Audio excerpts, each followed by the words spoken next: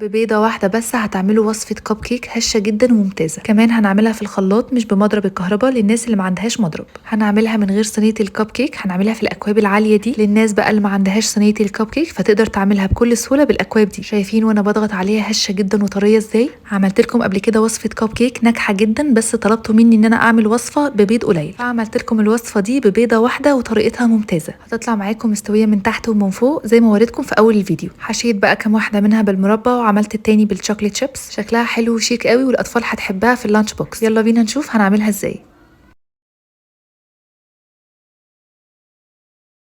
اول حاجه هنخل كوبايتين من الدقيق، ولازم انخل الدقيق بتاع الكيك قبل ما اشتغل بيه. كوبايه الدقيق ما بتكونش مليانه على اخرها، بتكون ممسوحه، وكمان بنرش عليها رشه من الملح.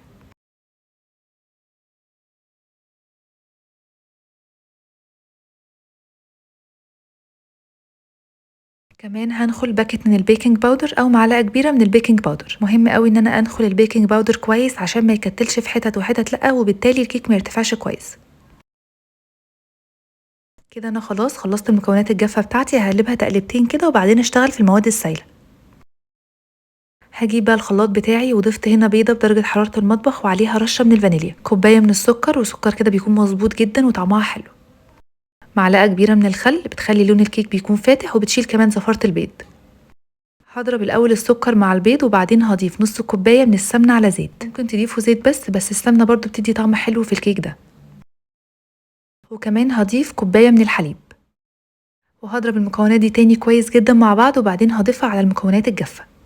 هقلب بقى المكونات الجافه في المرحله دي واشوفها بقى لو احتاجت سوائل تاني او لا. مهم قوي تعرفوا قوام الكيك المظبوط لان نوع دي بيفرق من نوع للتاني، ففي دي بيشرب سوائل وفي دي لا. احنا ضفنا كوبايه من الحليب وممكن نحتاج نزود بعد كده. انا هنا لقيت القوام بتاع الكيك سميك فضفت ربع كوبايه بس من الميه المغليه. الميه المغليه هتطري معايا الكيك وهتخليه هش جدا في الاخر.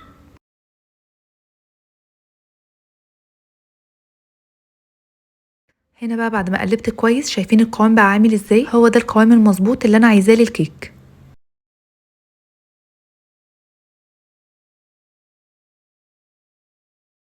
هرص بقى الاكواب بتاعتي، انا جايباها من السوبر ماركت، بتكون شكلها شيك قوي وبتكون بديل للناس اللي ما عندهاش صواني كب كيك. انا هنا استخدمت 12 واحده وهبدا بقى ان انا انزل فيها خليط الكب كيك. ما تحاولوش تملوا الاكواب على اخرها لان انا مليت اخر كام واحده كده بزياده فالخليط طلع بره الكيك بعد التسويه. هي عملت معايا 12 كوب بس كان المفروض تعمل معايا 13 كوب. هملى بقى كل الاكواب دي وبعدين هحشيها مربى. هي مشكله المربى انها بتنزل شويه في ارضيه الكيك، بس بصراحه ادت طعم مختلف للكيك.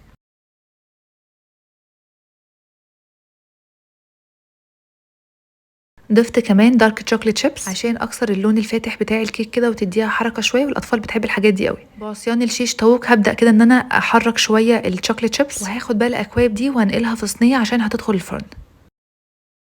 حاولوا نقلوا الاكواب دي في صينيه الومنيوم عشان الالومنيوم بيوزع الحراره كويس. هتدخل بقى فرن ساخن مسبقا على درجه حراره 180 رف وسط لحد ما تستوي، وتختبروها كده بعصايه الشيش طاووق وتطلع معاكم نضيفه. وبعد ما يخرج هطلعها كده على شبكه تهويه تبرد تماما. بصوا بقى مرتفع وشكله ممتاز ازاي، مستويه جدا جدا، وانا هوريكم تاني من جوه عامله ازاي وطريه وهفتحها لكم. الطريقه دي اقتصاديه جدا وبتعمل معاكم كميه حلوه لان اصلا حجم الكوب كبير.